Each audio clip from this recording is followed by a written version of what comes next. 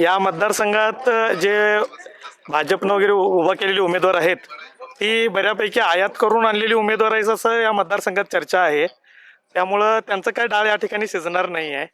आणि राष्ट्रवादी पक्षाचे जे उमेदवार आहेत ते सर्व परिचित उमेदवार आहेत, स्थानिक आहेत, त्यांचं काम आहे, त्यामुळं ते जनतेत लोकप्रिय आहेत आणि त्यामुळं लोकांचा पाठिंबा त्यांना मिळेल आणि ते बहुतेक विजयी झालेले आहेत, होऊ शकतात असं इथल्या लोकांचं चर्चा आहे. आणि बऱ्यापैकी तेच घडेल. बाकीचे उमेदवार जे आहेत ते आयात आहेत, ते लोकांना माहीत नाहीत. तुम्ही इथल्या मतदारसंघात जर चौकशी केला तर त्यांच्याबद्दल काही जास्त सांगण्यासारखं नाही आहे, त्यांचं कर्तृत्व नाही आहे. त्यामुळं राष्ट्रवादी पक्षाचे जे 3 उमेदवार आहेत, हातर्की साहेब आहेत, अप्याना, त्याचबरोबर रुपाताई आहेत, त्याचबरोबर तेरणीमध्ये देसाई, महेश देसाई म्हणून उभे आहेत.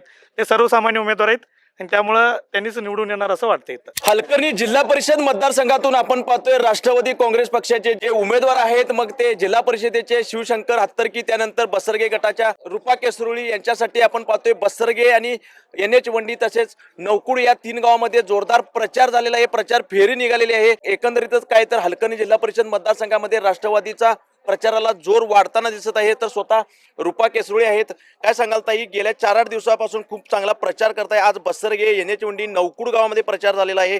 प्रचार फेरीला बघितलं तर लोकांची संख्या खूप मोठी आहे. कसा प्रतिसाद मिळतोय, काय लोक करतील, काय लोकांच्या मनात आहे या जिल्हा परिषद मतदारसंघात? तुमच्याबरोबर अनेक पक्ष या निवडणुकीच्या रिंगणामध्ये उतरलेले आहेत. बसरगीमध्ये आम्हाला लय सपोर्ट केले. 99% आम्हाला सपोर्ट करते त्यांनी. आम्हाला विश्वास आहे. ज्या ज्या गावामध्ये जाईल त्या त्या गावामध्ये लोकांचा खूप चांगला प्रतिसाद आहे असं रुपाताईंचं म्हणणं आहे. KDCC बँकेचे जे संचालक आहेत या संचालकांच्या मार्गदर्शनात हा प्रचार चालू आहे. अनेक खेड्यापाड्यातून स्वतः संतोष पाटील आहेत, हे जात असतात. काय सांगाल साहेब, मंत्री मुश्रीफ यांच्या मार्गदर्शनात हे पॅनेल बनलेलं आहे. आमदार राजेश पाटील असतील, त्यानंतर नंदाताई असतील, यांच्या मार्गदर्शनात पॅनेल बनलेलं आहे. राष्ट्रवादीचा खूप चांगला प्रभाव या विभागात असताना कसा प्रतिसाद मिळतोय आणि काय वाटते, लोक हलकर्णी परिसरातील राष्ट्रवादीच्या बाबतीत किंवा इतर उमेदवारांच्या बाबतीत काय निर्णय घेतील? आज मी सर्वप्रथम माननीय मुश्रीफ साहेबांचे इथं आभार मानलं पाहिजे.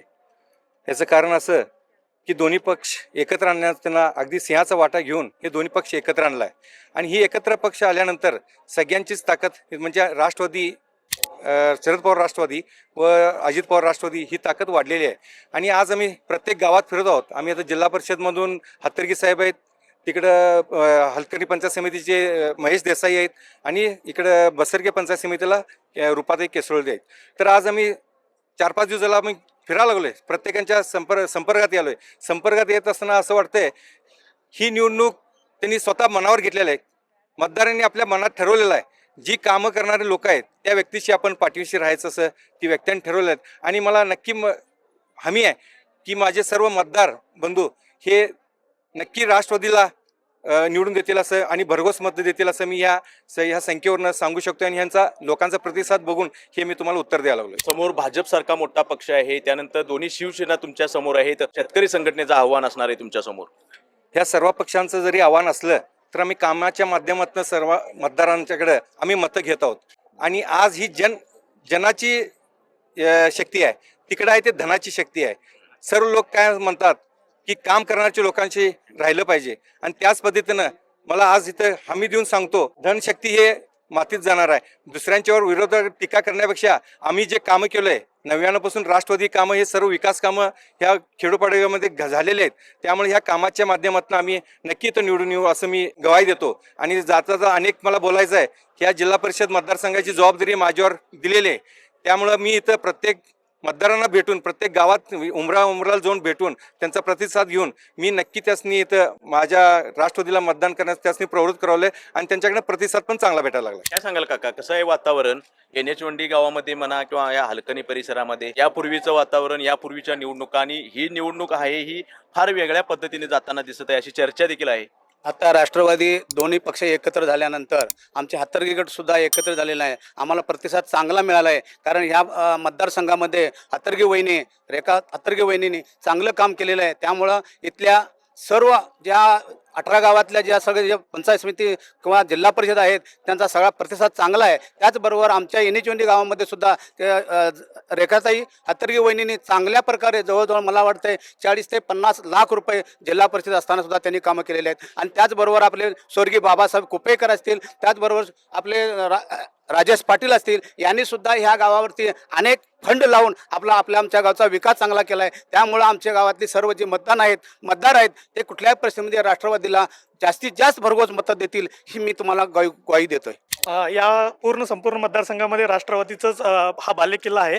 कारण हा जो मतदारसंघ आहे तो गडिंग्लजच्या पूर्व भागाला आहे आणि पूर्व भाग हा सीमा भागाला जोडलेला असल्यामुळं जी काही विकास कामं 1999 पासून झालेली आहेत, जो काही पाण्याचा प्रश्न असेल, शेतीचा पाण्याचा प्रश्न असेल, तो स्वर्गीय बाबासाहेब कुपेकर असतील, स्वर्गीय TR पाटील साहेब असतील, राजकुमार हत्तरकी साहेब असतील यांच्यामार्फत केला गेलेला आहे. आणि त्यामुळं इथली जनता ही सदैव राष्ट्रवादीच्या पाठीशी आहे. आणि यावेळी सुद्धा नक्कीच इथला जो लीड असणारे गडिंग्लज तालुक्यात जे 5 जिल्हा परिषद मतदारसंघ आहेत त्याच्यात सगळ्यात हायेस्ट मतांनी निवडून हे गडिंग्लज या हलकर्णी विभागातूनच होणार आहेत. या निवडणुकीला उभे राहिलेले जे उमेदवार आहेत ते एकदम स्वच्छ प्रतिमेचे उमेदवार आहेत, लोकात मिसळणारे उमेदवार आहेत आणि त्यांना राजकीय पार्श्वभूमी पण आहे.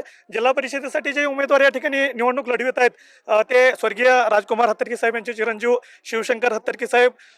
राजकुमार हत्तरकी साहेबांचं या भागावर विशेष प्रेम आहे. त्यांनी वेगवेगळ्या लोकांना रोजगार उपलब्ध करून दिलेला आहे. जिल्हा परिषदेत असताना गोकुळच्या माध्यमातून रोजगार उपलब्ध करून दिलेला आहे.